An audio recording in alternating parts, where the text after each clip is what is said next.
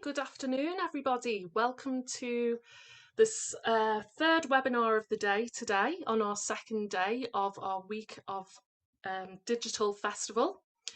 So this session is about young ensembles, working with them in an online context, and I'm delighted to welcome my colleagues from the Irish Association of Youth Orchestras and also from Orchestras Live to share their learning and practice with us. Before we start, I'm just going to run through some housekeeping, which if you've been to previous sessions, you will be familiar with. If you want to put anything in the chat to fellow delegates or to introduce yourselves, we'd love to hear from you. So please use the chat icon in the bar below. If you'd like to put questions to our speakers, please use the Q&A button, which is next to it at the bottom of your screen.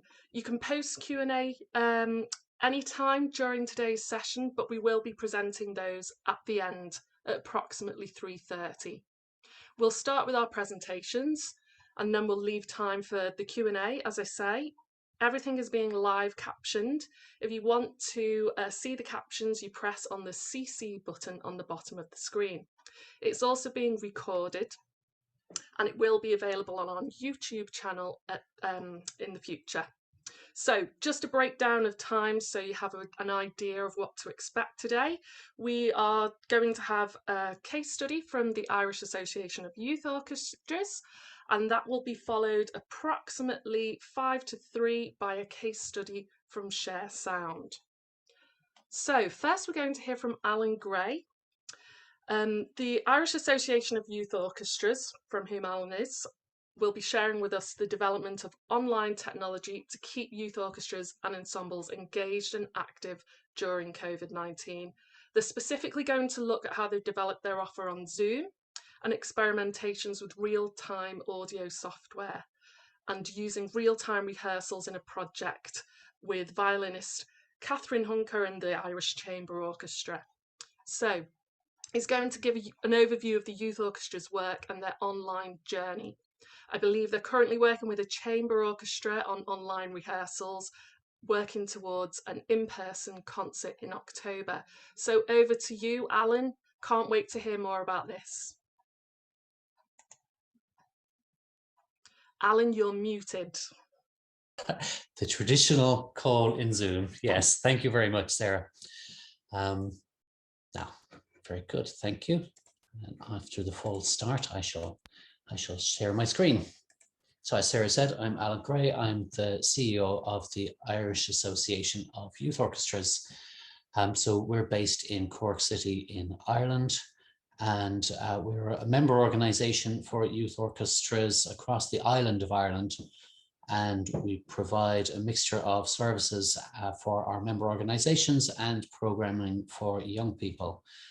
So one of our main offerings, of course, is kind of news, information, advice, with the aim of keeping our members informed and also with the aim of creating community. So we connect people together through the news and information that we put out. We provide physical resources such as an instrument bank and a music library. We provide training to music teachers and to conductors and to the organisers of youth orchestras. Networking is something we try to do absolutely everything we do, every opportunity we have to get people together. We try and make time for them to talk to each other, because we find that is one of the most effective things we can do, is let people work it out for themselves. And then we also engage in programming with an annual festival of youth orchestras in the National Concert Hall. Missed that this year, obviously enough. And we collaborate with others to run the Irish Youth Wind Ensemble and the Irish Youth Baroque Orchestra, which is with the Irish Baroque Orchestra, and we run the Concordia Chamber Music Course for Strings with the Irish Chamber Orchestra. So that is an overview of what we do. So our involvement with online music delivery started with an idea in 2012 or 2013, which led to a pilot project in 2015 in oboe teaching particularly. So the thought behind it was we wanted to create the ability for orchestras who are in the periphery of Ireland to develop balanced ensembles. It's because we have low population density. I think of it of a line from Belfast down to Killarney, which cuts the country in half diagonally, and to the left of that line there's low population density. And most of the rare breed instrument teachers, such as bassoon and oboe particularly, we're on, but also French horn and indeed viola, are based in Dublin and Cork, so that's in the east and the south of the country. So our internet teaching pilot operated on a blended model even at that time. So we wanted online lessons weekly, plus something we called boot camps, which was the teacher coming to the students or the students coming to the teacher. And it was a question of who travels where and when was to make the most efficient use of everyone's time. And so one thing we tried to do was to share the teaching project in oboes, in this case, between neighboring regions. So we had in two music generation, it's a music development program in Ireland. So we had their operations in Carlow and Laois, which are our neighboring counties in Ireland, working together such that students could travel between them, or the teacher could travel to both at the same time. And that we could just benefit from reducing the amount of travel again that happens overall. So what we found was that the online teaching worked well, but the students, which included teachers who were learning, they benefited most if they met maybe once in every 4 weeks. We felt that was optimum, and from other people we talked to as well who were delivering online music education, they also thought the same. We also found it was inclusive for those who found it difficult to travel or couldn't travel, or just even for those who took a long time to travel. So the blended model worked to a certain extent. It didn't really catch because we didn't really have people's attention at the time for it. One of the best benefits we found from it was that it was good for teaching experienced teachers and instrumentalists to pick up a second instrument, which they could subsequently teach to students. So actually using the skills of trained musicians and developing their skills in order to develop the local accessibility of instrumental teaching, which of course in rural areas meant more earning potential for teachers, and also sort of more opportunities to learn for students. So we followed the oboe teaching pilot in 2015. We followed that the following year with a course on viola for violin teachers, which again didn't happen mostly online, or mostly didn't happen online, even though we wanted it to. But we found the teacher training model was good, and of course it was very much ready for last year. So 2020 arrived, and very fortunately for us, our festival was in February, so we got to do that. And we look back now and think it's very strange seeing all those people sitting together. So we had developed the technology to a certain extent, but of course, first of all, not everyone has the technology. In Ireland, the delivery of instrumental education is very unequal anyway, and the lack of broadband infrastructure and devices exacerbated these inequalities. So some people just dropped off and couldn't actually take part in instrumental teaching or in ensemble work. Also, we didn't know how to use the technology, and people trying to play along together in Zoom, as you can imagine, was fairly awful.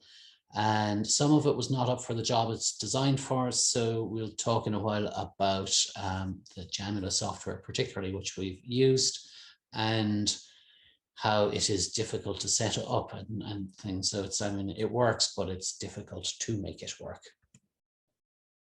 So what we did on Zoom mostly, and obviously some people used Teams. So the first thing that we did was we shared what we knew, most specifically in relation to instrumental teaching as opposed to ensemble work, simply to help teachers get online, stay online, to keep working with their students and to keep their students engaged. From there, past the summer, once it was becoming very obvious that we weren't going to be getting back together in real life for quite some time, we had sort of peer sharing sessions for our own orchestras, but because we're connected to the European Orchestra Federation, that also happened across Europe, and we have a mutual membership with the Association of British Orchestras. So orchestra conductors from Ireland went to events in the UK and across Europe, etc., etc., and we all worked together to try and work out what could we do and how could we do it. The first thing that people tried, the first attempt to keep orchestra going online that I heard about was a teacher or a conductor getting the students to play along to pre-existing recordings on YouTube. That stopped very, very quickly because it didn't really work. Certainly, we've had a lot more of playing along to specially made recordings. So recordings that are probably somewhat bland, but they're actually easy for people to play along to.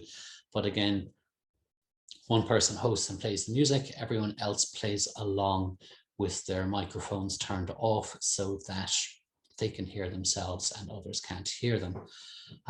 What we found out of that, the initial findings early on, was it was actually an excellent opportunity for individuals to work on their orchestral practice.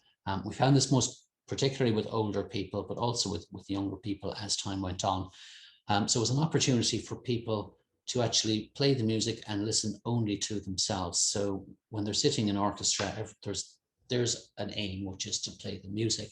The aim is not necessarily always, or the methodology doesn't necessarily work to allow everyone to actually play their best. It was like to get everyone along, whereas actually this was an opportunity for people to listen to themselves and to play through their orchestra music only listening to themselves, but actually such that when they do get back to orchestra, they will have improved their way of working themselves and they will have improved their practice. Some conductors found that for young people, there was greater equality because when they had sectional rehearsals, everyone got the chance to take the lead. So one person would be heard and everyone would play along to that one person, but that one person could rotate. So this one particular conductor who was doing this has said she feels there will be a lot greater equality when they go back to doing orchestra in person in real life, that they're going to change the hierarchical structure. It's not just going to be one leader.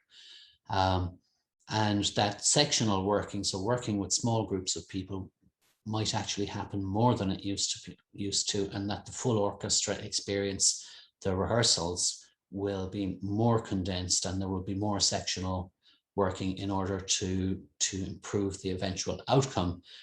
So for some people, certainly through this time, they've discovered a better way of working with youth orchestras. Very notably, something that we felt would happen, which was a difficulty with small in-person rehearsals, but this was looking from April 2020, when we didn't actually realize that we would simply be online for so long more.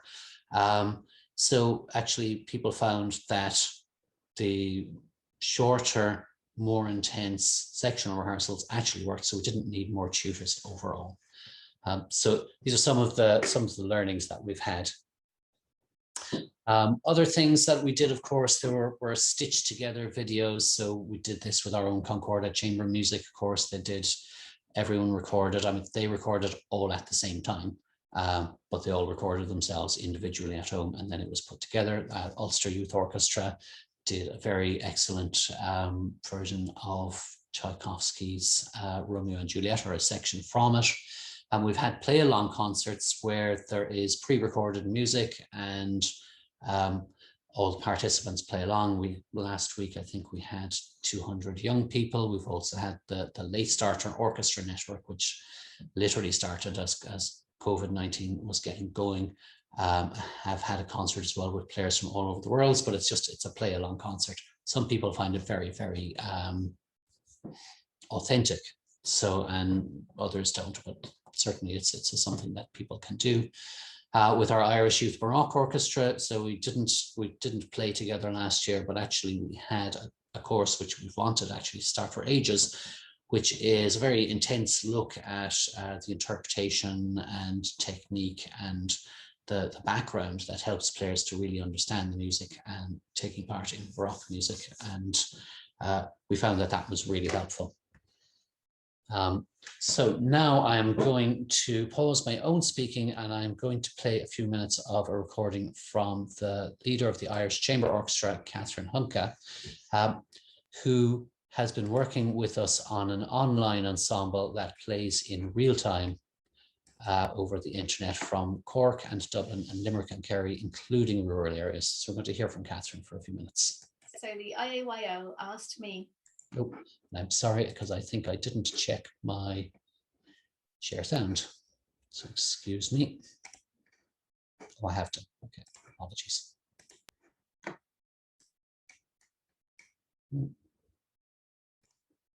IAYO asked me during lockdown if I would be interested in the idea of coaching some young musicians online using equipment that would not, apparently, so they said, it would not be any delay. There would not be any delay in the audio.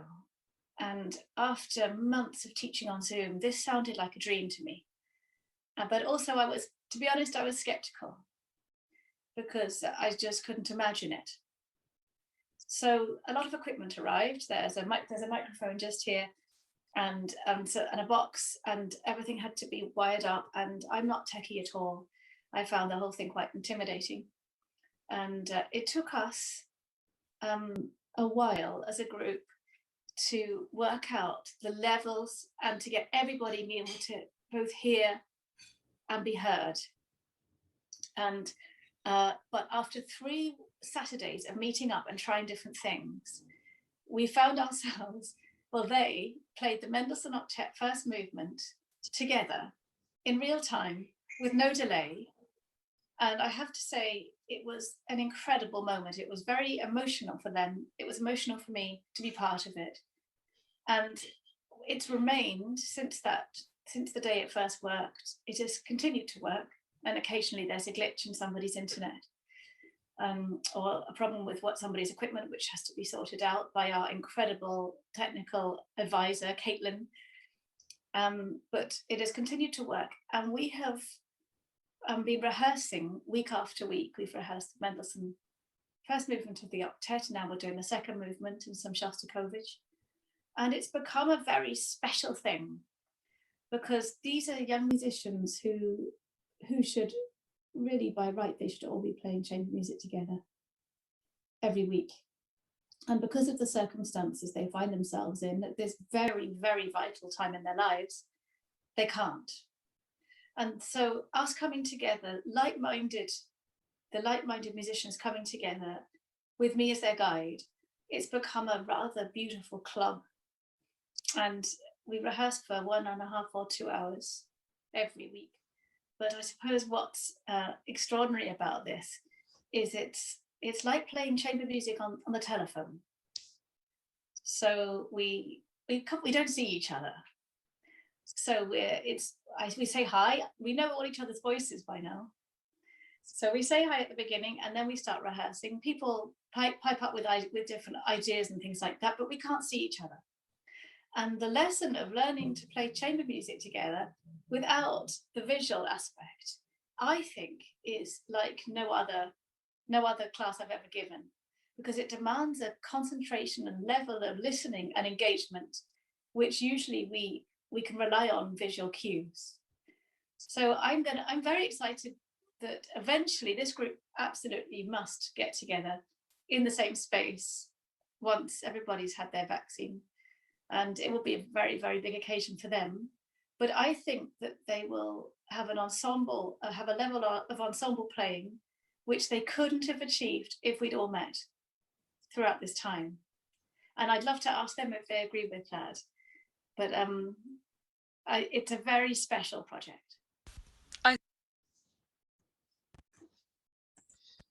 No, it's great. And we're going to hear a little bit. We're actually going to hear those young people play in a while.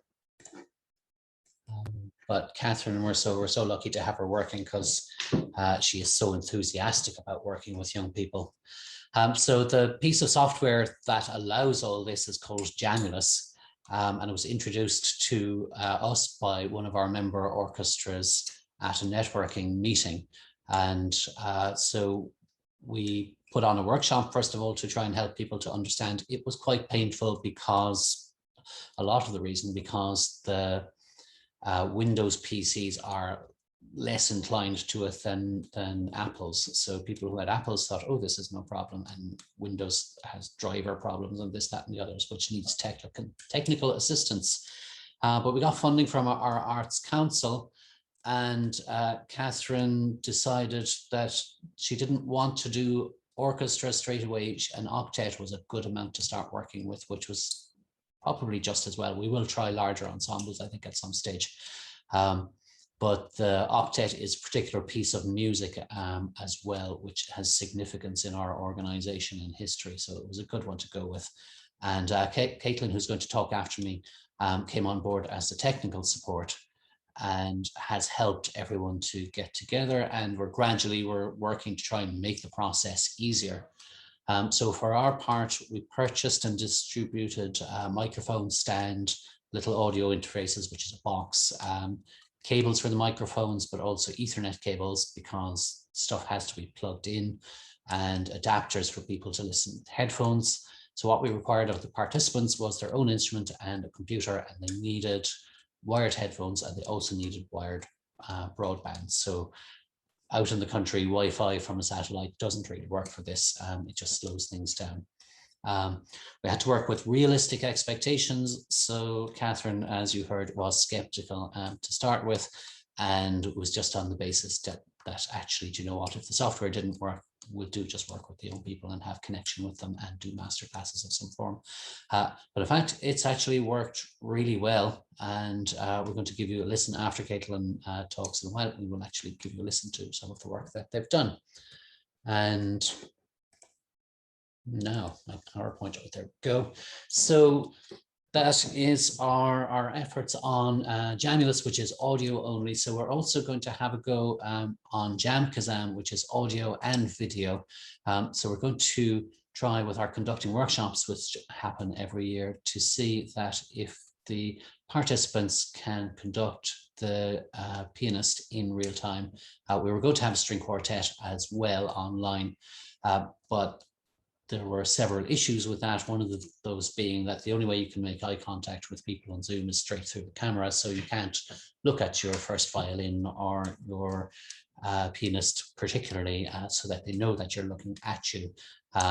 So we're actually doing a blended part where we're going to Dublin to record the string quartet and the pianist for demonstration purposes in June. And so we're going to run, that will be available for people to watch and discuss during the course, and otherwise people will conduct the pianist. We hope that works, and if that doesn't work, we'll just do what we did last year, which was people conducted either in silence or they conducted and they sang themselves, which very strangely actually there was a lot to recommend people working in that way. So again, we're learning new ways to work, which we will keep once we're done. And so back to Zoom. Also, we're having, we normally have a chamber music workshops in October, which we don't think we can't do residentially. So we're going to have people work in their little places around the country in their little pods and present a concert on Zoom from a whole load of different places. So people zooming in, but quartets zooming in from all over Ireland. And post-COVID-19, we really looked forward to looking at the learning to see what worked really well online, what will work in person, what can we keep online, what can we develop. And after a little break, I would imagine in 5 or 6 months from Zoom, we'll probably then go back and we'll start learning or start doing things again. And so that's it from me. So I'm going to hand over to Caitlin now momentarily. And just to say that there are lots of resources accessed through the front page of our website, iayo.ie, lots of films and workshops, etc., that are all available there for free. So I will say thank you very much, and I will hand you over now to Caitlin Kelly. Yeah, good afternoon, everyone. I'm just going to share my screen. Host disabled participant screen sharing.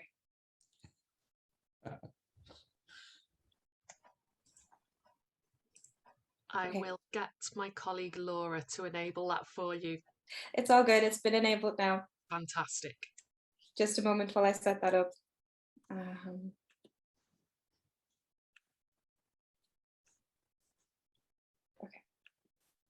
so now, can everyone see this okay? Yeah, Yes. perfect. Yep. Awesome. Okay, so good afternoon, everyone. My name is Caitlin Kelly, and I am the technical lead for IAYO for their online orchestra project. I've been working with IAYO since February.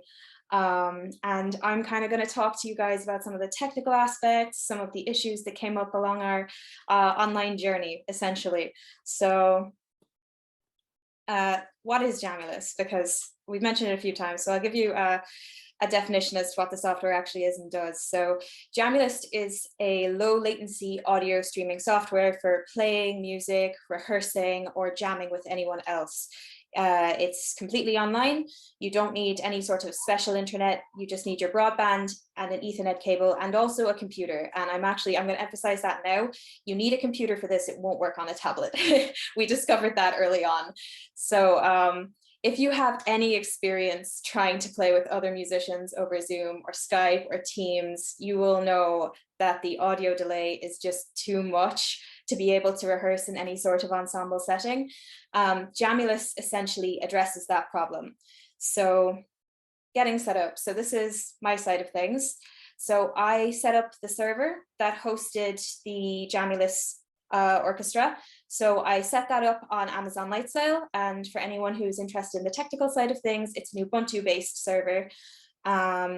And then the other part of my end, so when I was recording the sessions, I used Black Hole Audio and Reaper. So Black Hole Audio is an audio driver that allows applications to pass audio to other applications with no additional latency. Now, this is an Apple-based software, so there are Windows alternatives like Voicemeeter or Jack Audio Connection Kit, but I can only recommend Black Hole as that's the one I have the experience with for this project.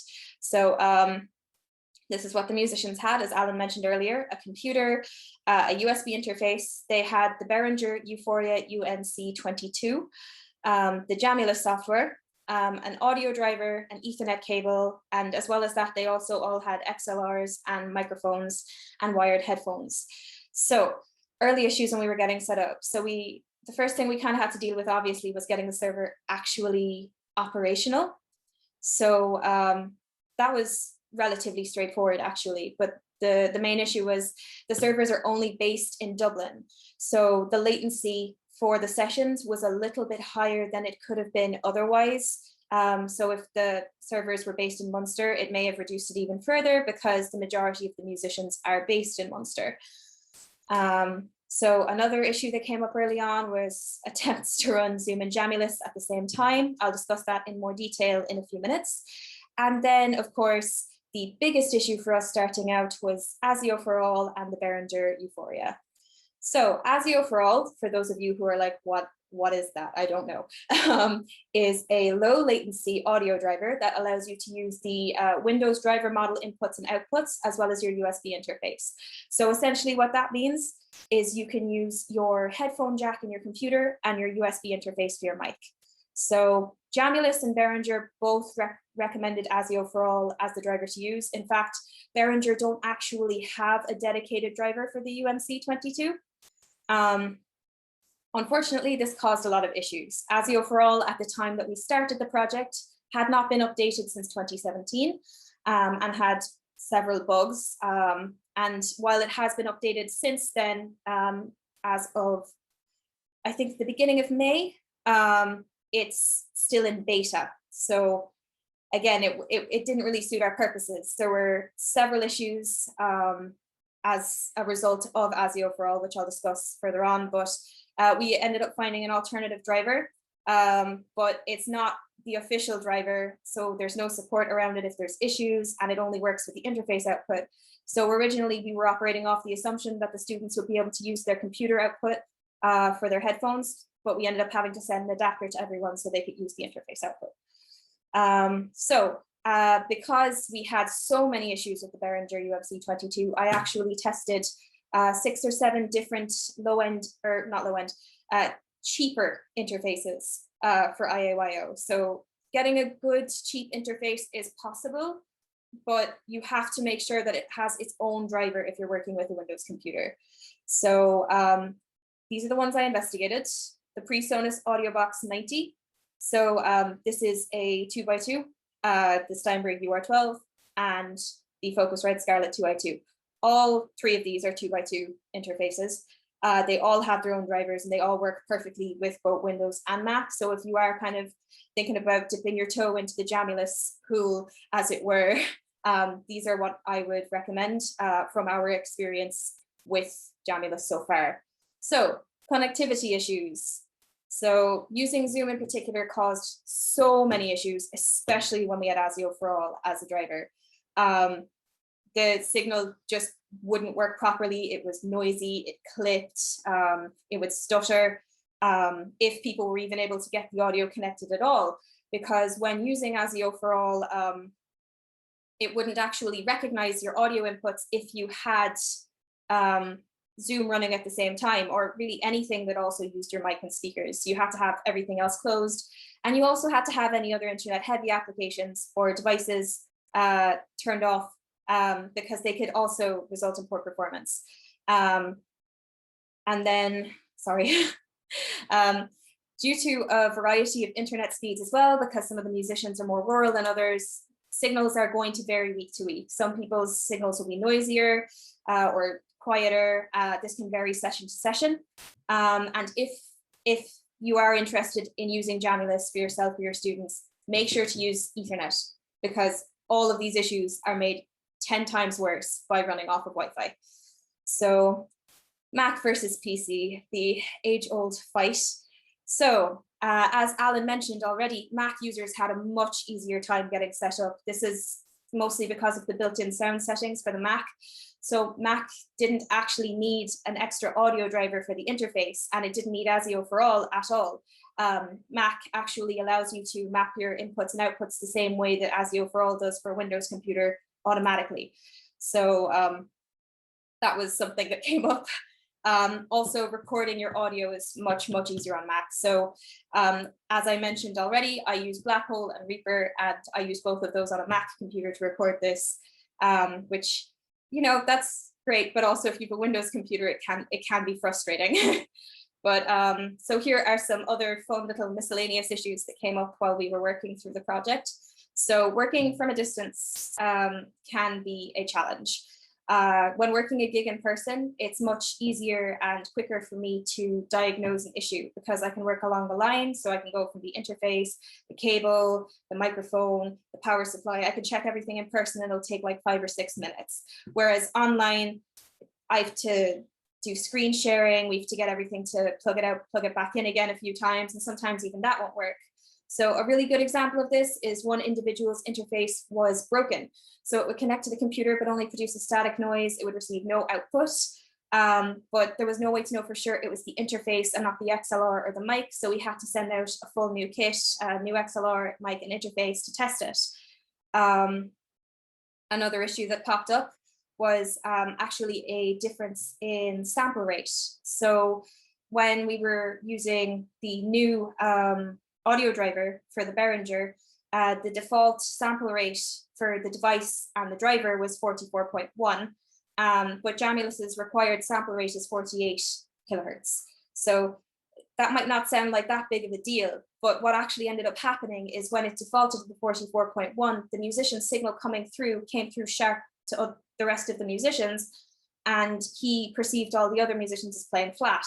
And this was particularly frustrating because he checked this setting at the very start of the session, and he had set it correctly, but it had just defaulted for some reason back to the other one. The joys of tech. So sometimes as well, no signal would come through if we had the musician's audio channel set to stereo, which shouldn't be the case. It should only just come through on the one side, but that's what ended up happening. We actually spent 3 weeks trying to diagnose this issue because it had been working the week before it originally popped up. None of her settings had changed, and then it just suddenly stopped working. So what we found is we actually had to set it to mono or mono in stereo out for her to have a reliable signal each session. So other options. So as Alan mentioned, we have been investigating Jamkazam. I ran a trial with 2 members of the Online 8 back near the beginning, because it does have the lovely video and built-in recording features, which are extremely alluring. But while that's awesome, it also is membership based. And while the free membership, is there, the audio quality is significantly lower than that of Jamulus, and there's no video streaming capability. And then when we trialed the gold plan, which is $99 a month per person, the sound quality was identical to Jamulus. And again, the video streaming is appealing, but in this scenario, it just wasn't worth it.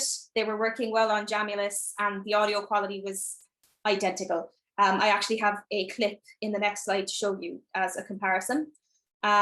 We also investigated jack trip. So the reason we actually investigated jack trip is, as I mentioned earlier, we discovered early on that Jamulus only works on computers. So one of our orchestra members had a tablet and we needed to wait until that computer issue was sorted.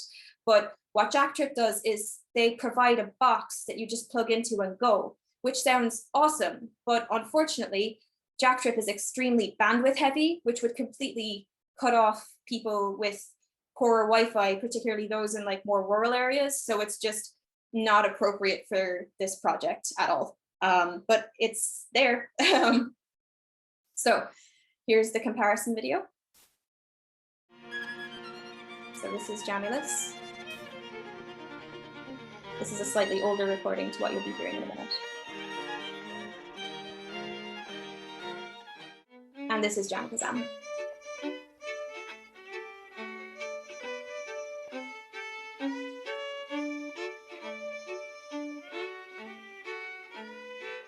So as you can see, and as I mentioned already, the audio quality is essentially identical.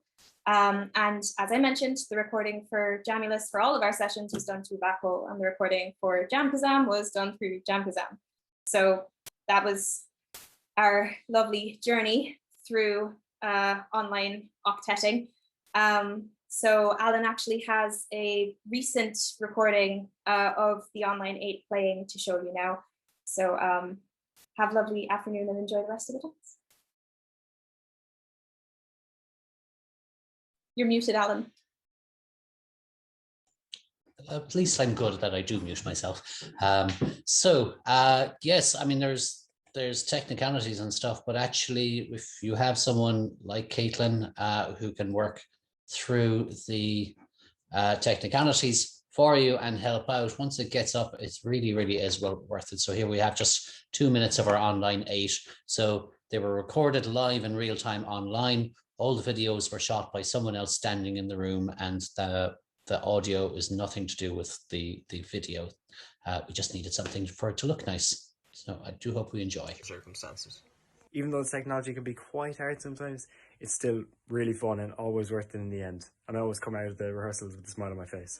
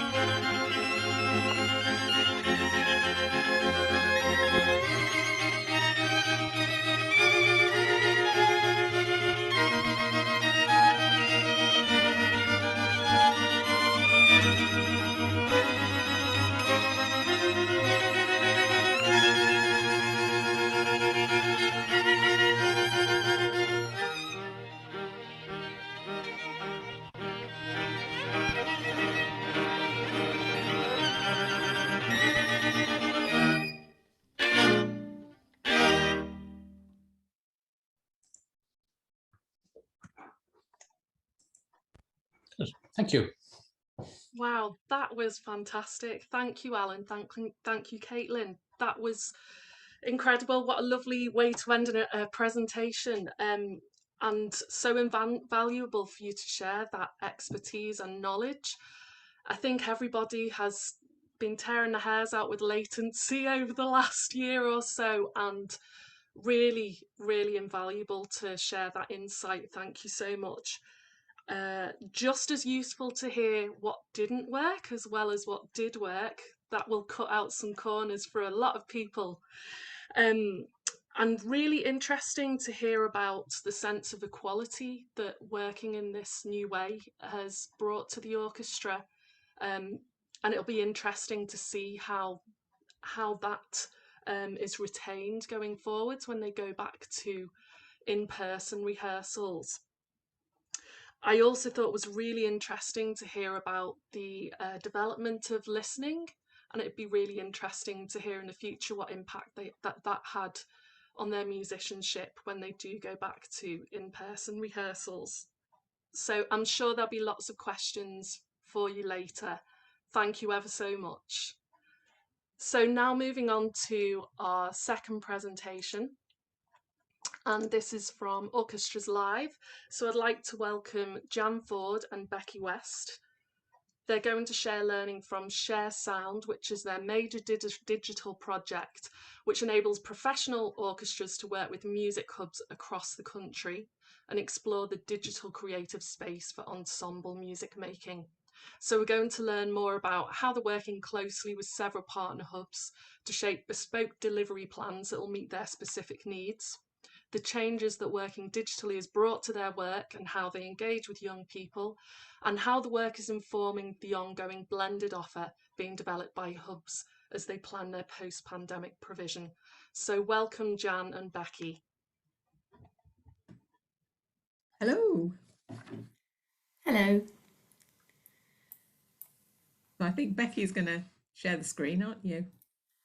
Yes, I am. Bear with me 2 seconds, everybody.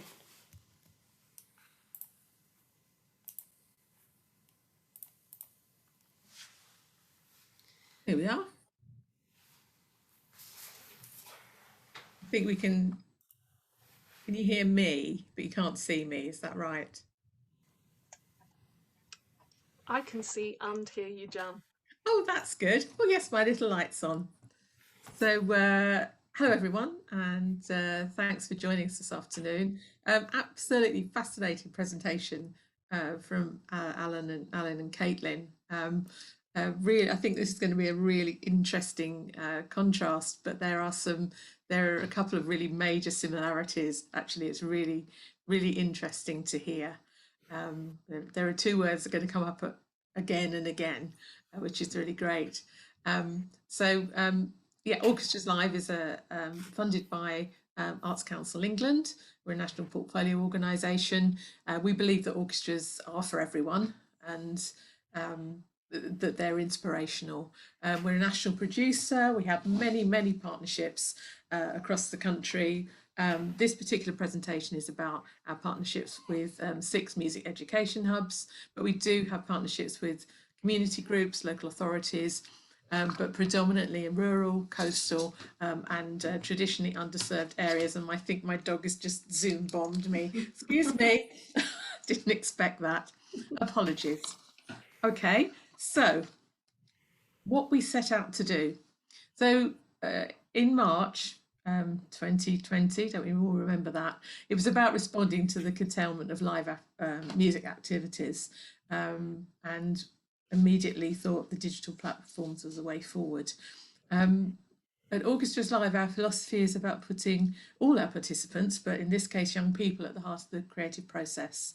And we look at projects that specifically are about co-design and making young people, helping young people to make decisions about the creative product itself.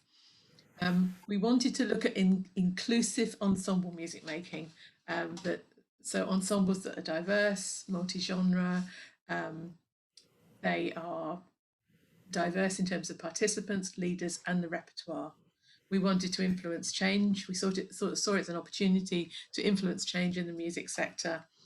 and also helping hubs to see how orchestral musicians could add value to their own offer, and also diversified the pool of professional music leaders. So it wasn't much we set out to do. This is how we work. So share sound. It all began with a very small idea. Inevitably, a conversation with a music hub who are absolutely desperate for their young people to carry on music making. This is Lincolnshire Music Education Hub. The young people had already taken the initiative, interestingly enough. A group of them had also got together.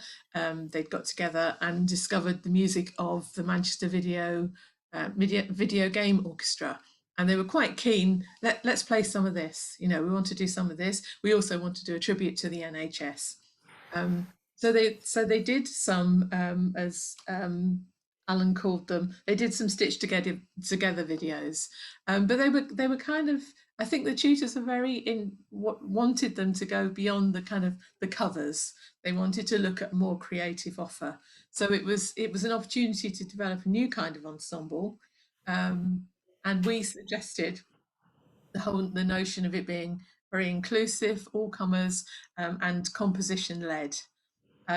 It transpired when I talked to colleagues like Becky and my other colleague Stuart Bruce, that there were other music education hub partners wanting to do similar. And so in the course of probably about 3 weeks, Share Sound was born. And it has emerged as this. Over to you, Becky. Yeah, so in the midst of our conversations, 6 of our music education hub partners decided they wanted to be part of Share Sound. So we've worked with Cumbria, Durham, Lincolnshire, Norfolk, Nottinghamshire and Suffolk. And to make one thing easy, we decided to work with one artistic director across all 6 hubs, so that musically and creatively there was one person bringing all the work together. But within that, we saw the opportunity actually to bring in a range of music leaders to work with as a team with the artistic director.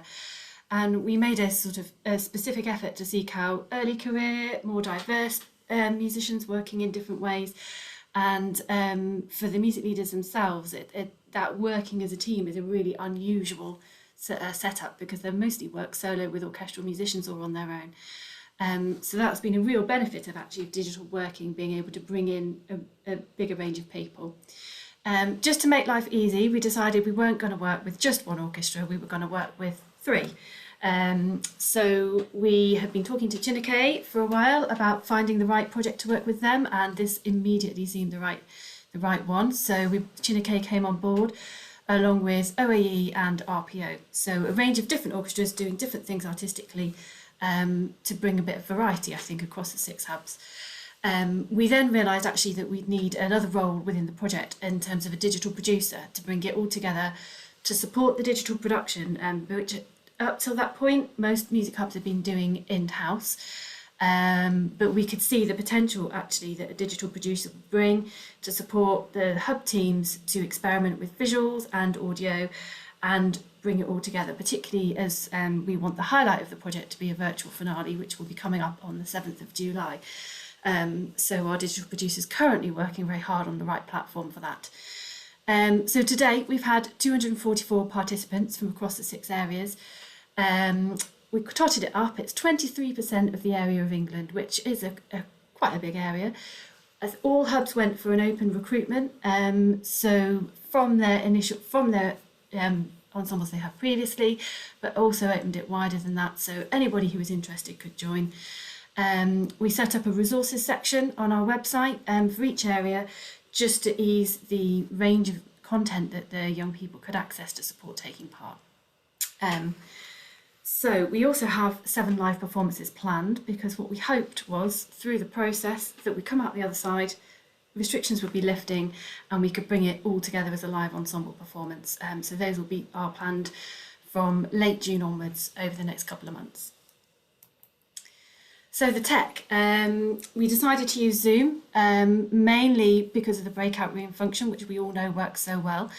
We realised really early on you needed someone job and role to be driving the Zoom session and making sure that that was all working well behind the scenes, so that those presenting and delivering did not have to worry about the tech. Part of having a orchestral musician team and a music hub team worked really well, because in breakout rooms you had one of each, so there were always two people, one who could support the tech side, one could deliver, and they could swap over, and that also obviously improved safeguarding. So creatively, the music leader team have done a lot of learning about what transfers from live situations to what actually works in a digital space. And a lot of the games and improvisation work that they do, things that don't work as well in a live space, have actually proved their worth in a digital space. So they've pulled together through the project a big kind of mammoth A4 sort of document of all sorts of ideas that work well digitally. And it's given them the space to experiment and find out what works and what doesn't. So creatively, the breakout rooms have worked brilliantly, because we've had young people, one project has 10 to 15 young people, another project has 100 involved. So breakout rooms have been incredibly important to support the creative process, and something the young people have been regularly telling us they want more time in breakout rooms, please, because those smaller conversations enabled creative work to happen in a different way.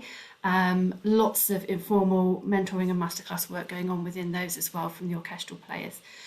The one thing we've used quite a lot of is using MIDI files that the team have created to support improvisation, which has actually worked really, really well, because improvising on mute when no one else can hear you has been really eye-opening, I think, for a lot of the team as a whole. And things like Juba Jam in Durham have taken on a life of their own now, in terms of being used as a creative tool by the hub tutors going forward. So the chat has also been a really important function in terms of supporting that social interaction, and we've used a lot of chat waterfalls to ensure that everybody, all the young people, feel able to contribute, because no one can see what anyone else says until you press go. And that's been really effective in making sure that young people's voice is at the heart of what we do. So we've really been experimenting with what works and what doesn't, and different places, different things. Song of the Week's been a really interesting thing, came out of one project in terms of listening and wider musical conversations around what people like, what people don't, introducing the music you love. And it's been quite interesting to see how the young people respond to that. And sometimes it's the young people that you don't expect who respond really well. So I've kind of gone over quite a lot of what digital has facilitated, but really I think the big thing is we've been able to bring people together. So instrumental tutors from the hubs, the orchestral musicians, they've been able to come together as a team, each bringing their own skills and experience, and experiment within a safe space. We've built in debrief times to the sessions for the delivery team, so that each week we can work through what has worked well, what hasn't. We've also used evaluation surveys throughout, so at the end of each session, young people had a survey popped in the chat to do, which has been brilliant at enabling us to flex everything as we've gone along. And they've told us what doesn't work and what does, and what they like and what they don't, which has been incredibly useful. Similar theme that we found is the equality of Zoom really gives an opportunity for people to shine in different ways, and especially as we were focusing on composition rather than performance, it's given a real different creative space for those young people involved in ensembles to contribute in their own way. And they've learned a lot about composing. They've been able to see orchestral musicians pass a musical idea from one to another through the Zoom, and see how those are built on, and each person takes it in their own way. And they've been able to then practice that themselves while we've been improvising on mute. So there's been a lot of new ways of working and new ways of delivering collaborative composing come out of what we've done.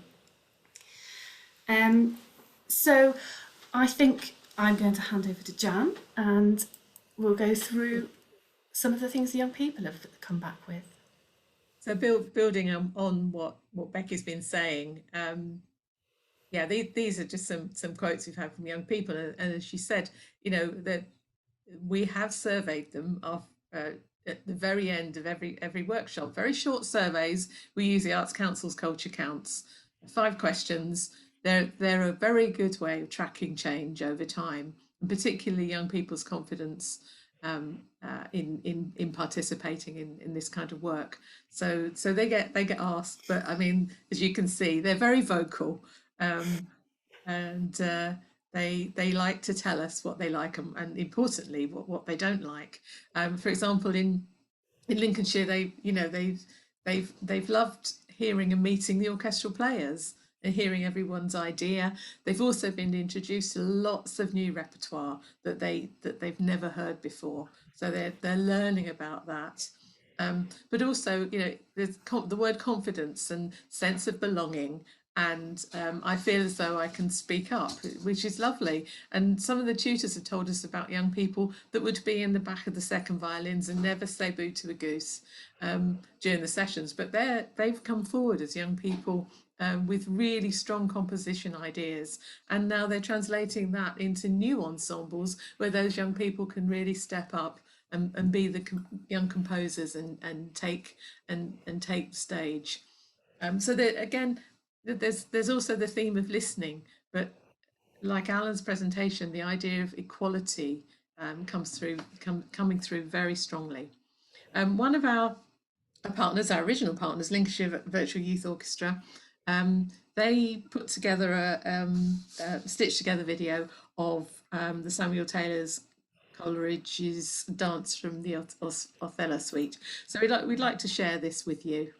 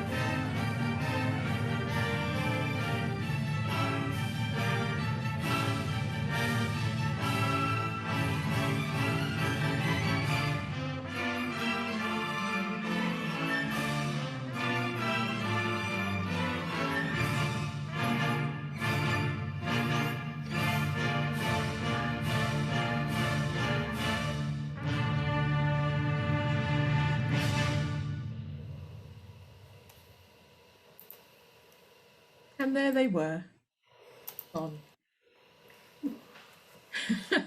So we've had feedback from the tutors and the music services, and a lot of the impact here has been about building their confidence, building their skills, and a lot of the hub leadership teams are now saying the mindset of staff is changing about the core offer and the possibilities that digital has brought in terms of the way they run their operation. And I think Alan talks about the geographic range of a place, and places like Cumbria and Durham, and all of the places that we deal with are very rural, so they will be changing their offer to blended, and they're very much moving forward to blended. But also, as I said, the notion of having composing ensembles as well as the more traditional ensembles, but also having the ability to access a different repertoire. It has been really good. There was skepticism about digital ensembles, but I think the creative ways that we found creative ways around it, in order to benefit as many people as possible. Yeah, and I think one thing that we've found is we all agree we're asking a lot of our young people to work in this way. The creative processes work really well on Zoom, but in terms of then going away individually and recording their part and putting it all together, it's a big ask. And I think they've risen to the challenge magnificently, and they're all very busy recording at the moment. But we've certainly asked a lot of them, and I think their idea of what they can do and their potential's changing as a result of working in this way. I think also tutors have rediscovered that they have compositional skills themselves, and improvisation. That's been a very, very big theme. People have become much more confident at improvising. The impact on digital creative practice, we've got a very short video of James Redwood, who's our artistic director, and our fellow creative producer Stuart Bruce in conversation here, just exploring what impact digital's had for them on the creative practice. They can explain it much better than I can.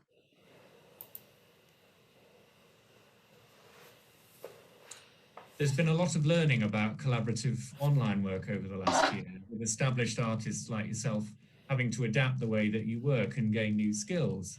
Tell us about your own experience and particular challenges and opportunities that you and fellow artists have discovered. Does the way of working compare with collaborating people in the same space? There are, of course, similarities between online delivery and real life delivery. We are looking to build a sense of kind of artistic community, musical community. We are looking to make a good balance between the process of making the piece and the product of the piece as well. So I think and some of the tools are the same. So some of the games and exercises that I use are the same. But it became very clear very quickly that we couldn't just use the same models that we'd been used to using. And I was really aware that I've been doing this kind of work for nearly 20 years now. And it probably took me about 5 years to feel like the stabilizers had come off the bike and I kind of knew what I was doing in any way. 5 years of day in, day out delivery in real life. And then suddenly we're expecting ourselves to be experts immediately. And that's impossible because it's a really different medium. So I took advantage of as many different opportunities as possible to have either formal or informal reflections with colleagues. I did a brilliant course at Trinity Laban, which was a kind of peer mentoring thing. So I got a lot of ideas from people there. Anytime I was doing a project with somebody, I was asking them, have you got any good games? What works for you? What are the things that don't work? I'm lucky to be really well connected. A lot of my friends do the same job as me. I play in a band with a handful of brilliant music leaders. So we were able to do I was able to do a lot of sort of informal peer mentoring as well, asking people what they were doing, sharing what I'd done. And I've actually drawn up a document for myself, which I've been sharing with people, to kind of help us all get up to speed as quick as possible. Because like I say, it took a long time to work out exactly how I wanted to deliver music workshops in real life. And we've had a fraction of that time online. So it's been a real learning curve.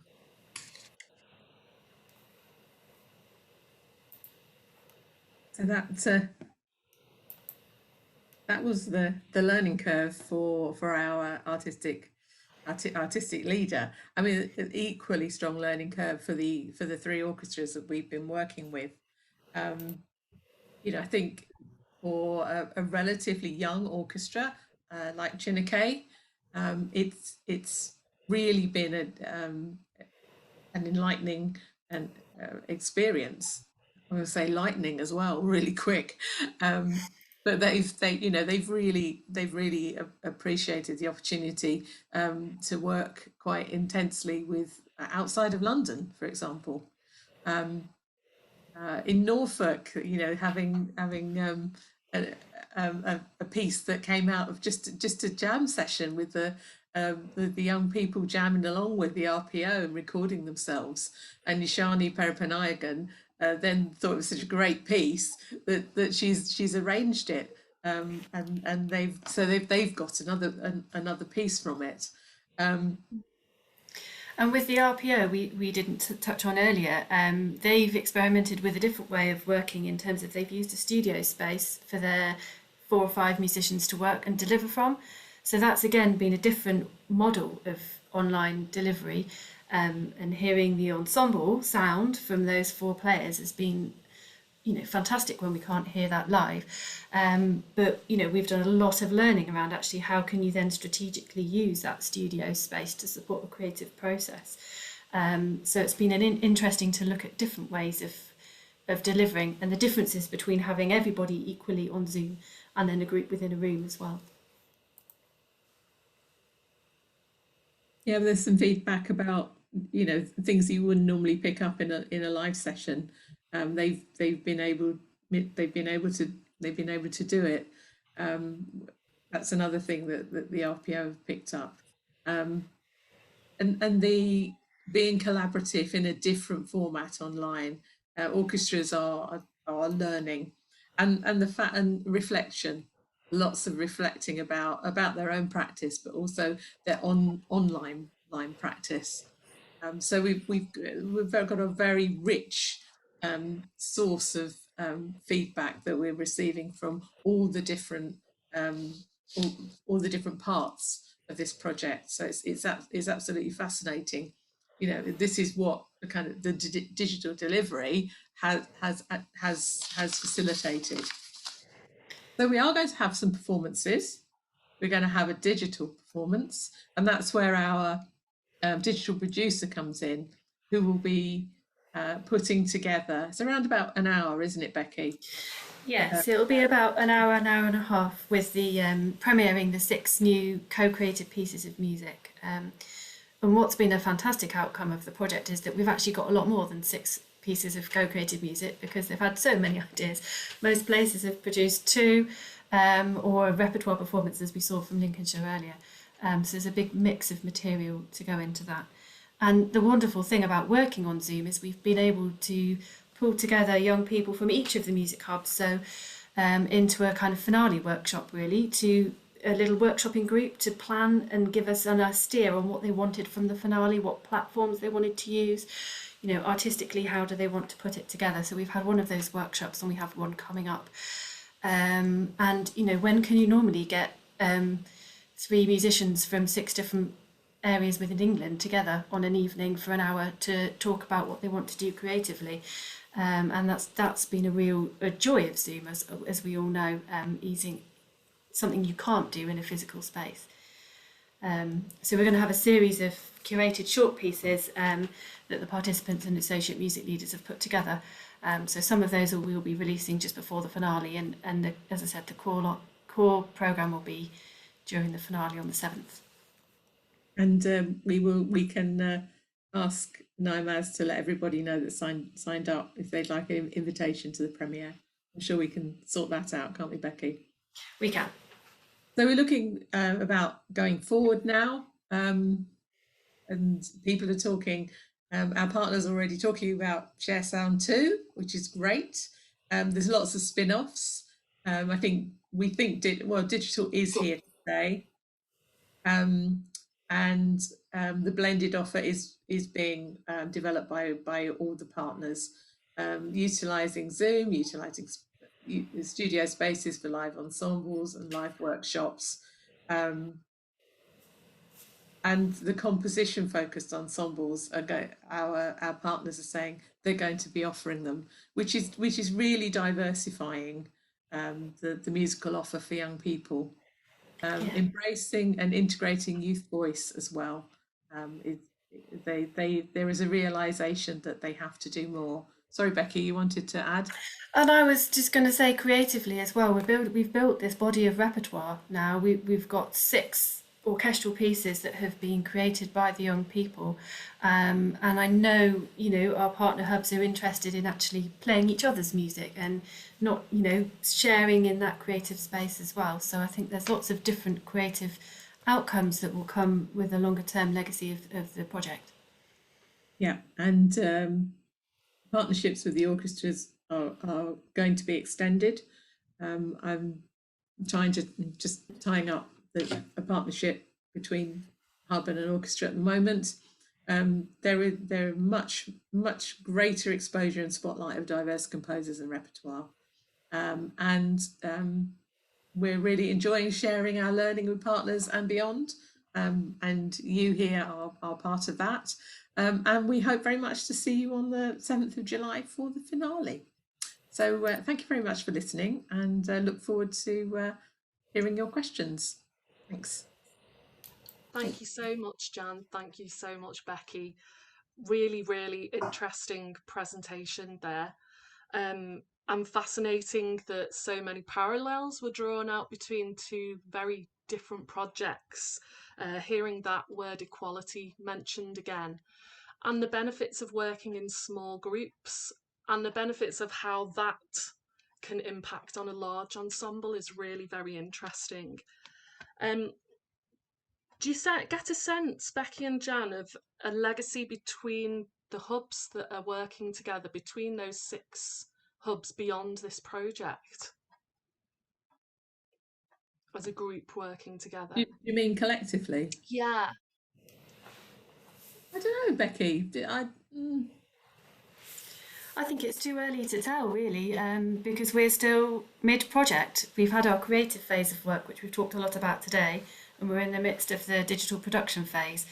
And I think we probably need to get to the virtual finale before we can see how that will do. But I certainly think, as I said before, there's interest in terms of sharing the repertoire between each other. And there's potential for develop the composition model for those young people who are really interested in composition, to move it beyond being focused in a particular hub area, perhaps. But those are all sort of very early stage ideas at the moment. Sure. Well, I'm incredulous that you put this project together over a course of 3 weeks. So hats off to you. We're moving on to Q&A now for both yourselves and IAYO. So we've had a couple of questions come through. One is for all of you. What are the challenges to continuing with the blended approach that has worked so well for all of you? So if anyone would like to speak on that. I'll jump in with that first. So that the challenges of continuing with a blended approach, actually just in terms of equality, it's something I said earlier, I just want to qualify it because of course Ireland is 2 countries. So the inequality in instrumental education is much more in the Republic of Ireland. The Northern Ireland is part of the UK, so they have better access than we do with the Republic. Just wanted to qualify that because it comes around to this as well, that in terms of the challenges of ongoing delivery is questions of infrastructure for a start, and questions of access to technology, to broadband for young people. So the words digital divide have been very much used over the last year as well, simply because people don't have access. So again, it's exacerbating issues with privilege and lack of privilege. So just simply access to technology, to hardware, to broadband infrastructure on a socioeconomic basis is a problem, but also on a geographical basis. But that hopefully is being worked on at the moment. So I know in the Republic of Ireland that broadband infrastructure is now being prioritised, and there will be broadband hubs around the country in rural areas. Quite how they work, I'm not quite sure yet, but hopefully young people will have access to those, so they'll have access to everything in real time and in high quality. One of the things about Jamulus, which we've used, of course, is that it actually doesn't use much bandwidth. So if you have a fixed line broadband, even if it's not very strong, it works very well. So that's one thing. It's like technology, and the other thing is people's beliefs. So when we go back to real life, as I refer to it, will people just go back to what they did before? So we've seen and heard already today about lots of innovation, people who actually said, right, we're stuck, we have to do stuff, what will we do? And people have come up with really good things. By and large, it's been small things that have really made the difference. Learning how to work with the technology as opposed to overcome it, work around the shortcomings, and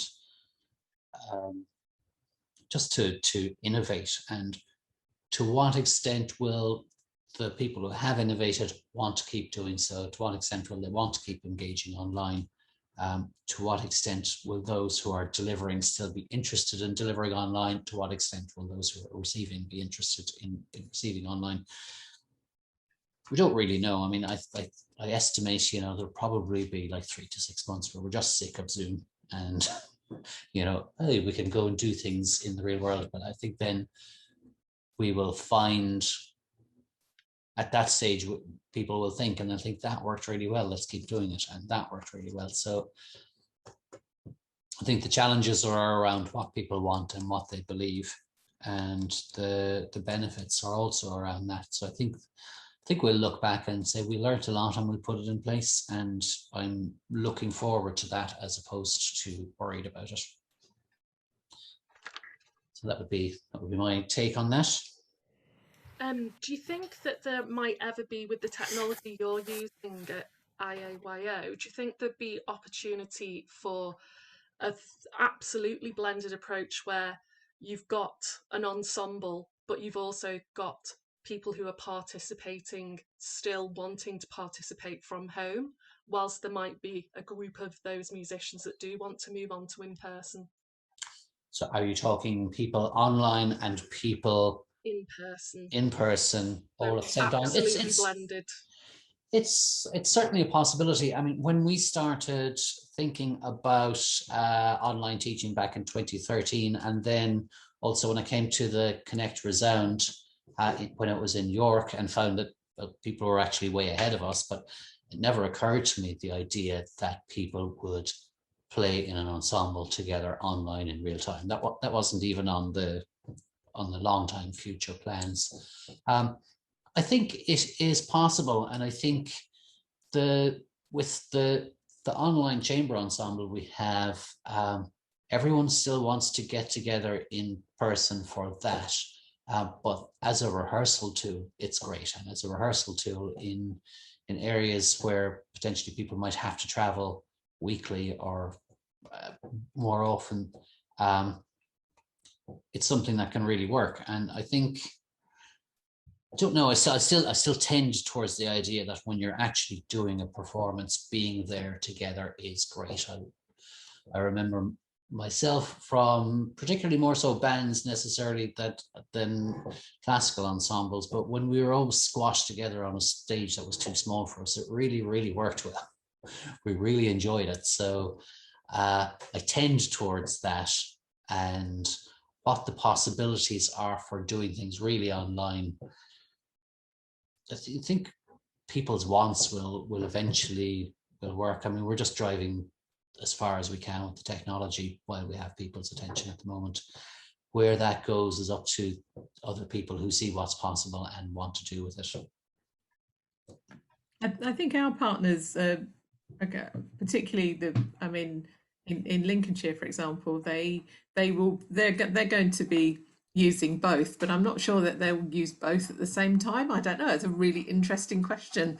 You know, will they have a group of young people in their studio in central Lincoln, linking up with one of their, 3 or 4 of their little music services, music centres in, I don't know, Spalding, Grantham and Boston. It might be a possibility, and they all beam in, and then the next time they're live in Boston, and then the others all beam into each other. I think it will be in ensembles that they link in, so they are there in person, but they may be linking in with the other satellite music centres.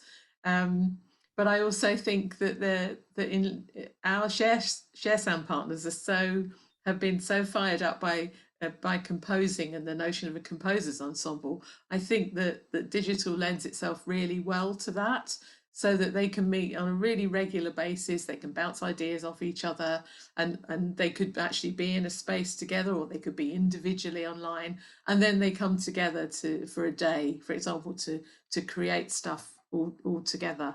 And it's quite interesting that our Suffolk Share Sound is with 2 SEN schools. But they're using it actually kind of just straight beamed into the classroom, like you would with Connect Resound. So that's but you have to get there are tech requirements to get the two-way offer, but it does enable those teachers and teaching assistants to be there with the young people collectively, so that they can then convey their response. And I think we've all found in our different projects that the breakout rooms has worked really well in terms of those small groups and really intense learning within those, in terms of whether it's creatively or performance skills. So I think there's quite a lot of mileage in looking at exploring an ensemble model where you are still using the Zoom function periodically for sectionals, because you can probably fit a lot more in more easily in that way online than you can by finding a venue with multiple different rooms to put everybody in.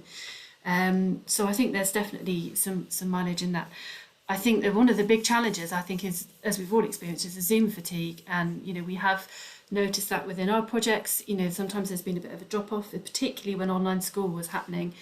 And they were all very much online at their computers all day, particularly secondary school students.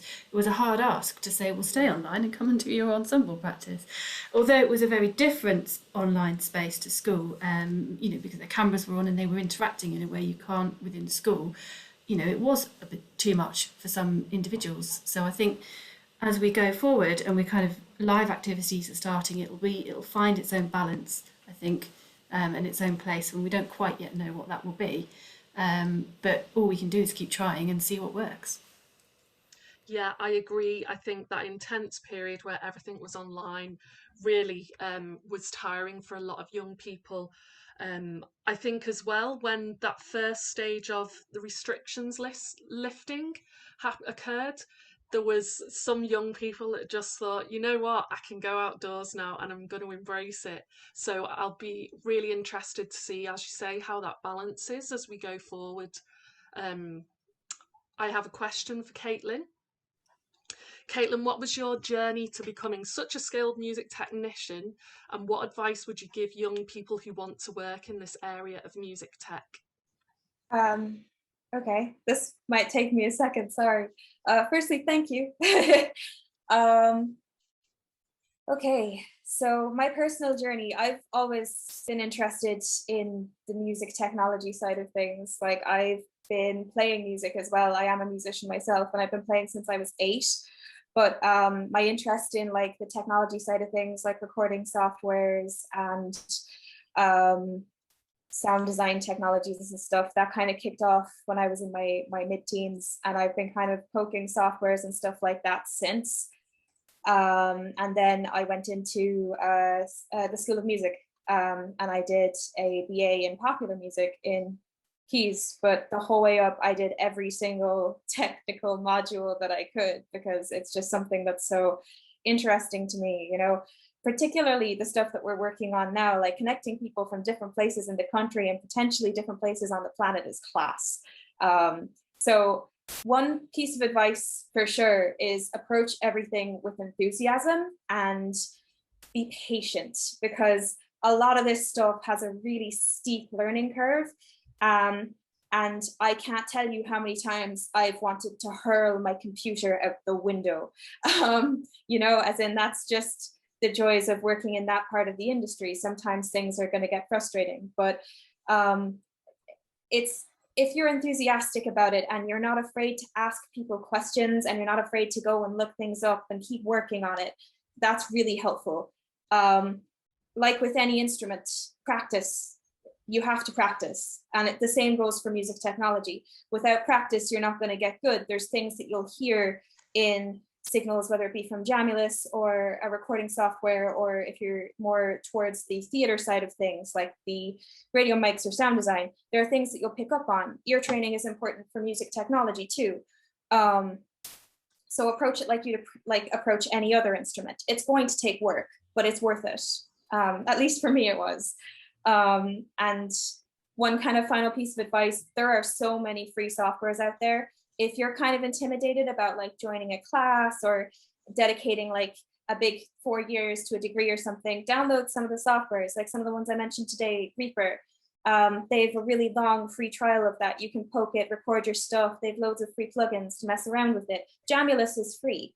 If you're interested in setting up a server to try and work on that with your friends, I actually have a workshop up on the IAYO website that'll guide you through how to set it up, with like a little book for all the code to copy into the server, you know? So practice, poke things, ask questions, enthusiasm, patience. Those are the main kind of things for music tech, for me anyway. Thank you for the question. Caitlin, I'd like to ask then, say if a hub was watching your presentation and thought, this looks fantastic, we really want to give this a go, but we don't have a tech expert on our team. Would you say that it's, you know, with that enthusiasm and patience, it's possible to get that setup working for your group? It's definitely possible. But again, patience will be needed. Like, there was a lot of trial and error for us starting out. It took us at least a month, I'd say, to get everything off the ground, to get everyone in the server and everyone heard and everyone able to hear everyone else. And even then, there's still issues along the way that, again, they're harder to diagnose because you're not there in person. I think it's worth having someone who has even like a basic knowledge of audio softwares, not even necessarily Jamulus, because before IAYO hired me, my knowledge was based more in programs like Reaper and QLab and like live performance stuff and studio stuff. This was my first kind of venture into low latency audio. But if you have someone who has any sort of experience with audio engineering already, this is definitely doable. It will just, again, patience, a lot of patience. Fab, thank you. No problem. We are running a fairly tight ship today because we have another workshop starting in 15 minutes.